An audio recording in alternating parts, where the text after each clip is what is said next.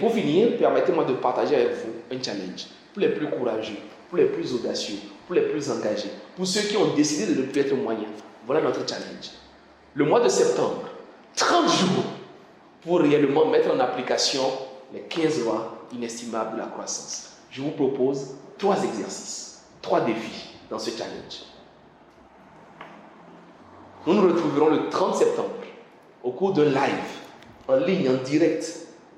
Nous serons connectés tous ensemble et je vous écouterai individuellement pour savoir où vous en êtes. Le challenge est le suivant. 1. La première loi, vous vous rappelez? La loi de l'intentionnalité.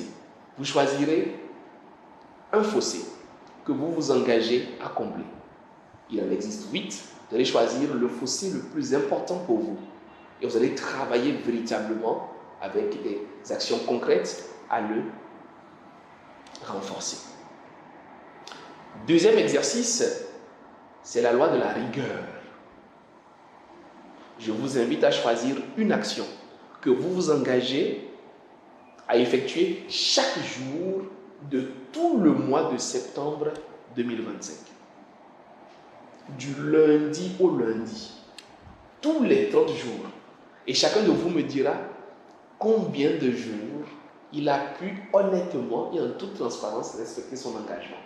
Si c'est lire à la même heure, si c'est prier à la même heure, si c'est méditer à la même heure, si c'est avoir un moment de gratitude, un moment de méditation, un moment avec vous-même, un moment en famille, si c'est faire du sport régulièrement, si c'est aller faire de la marche, si c'est appeler quelqu'un, si c'est... peu importe.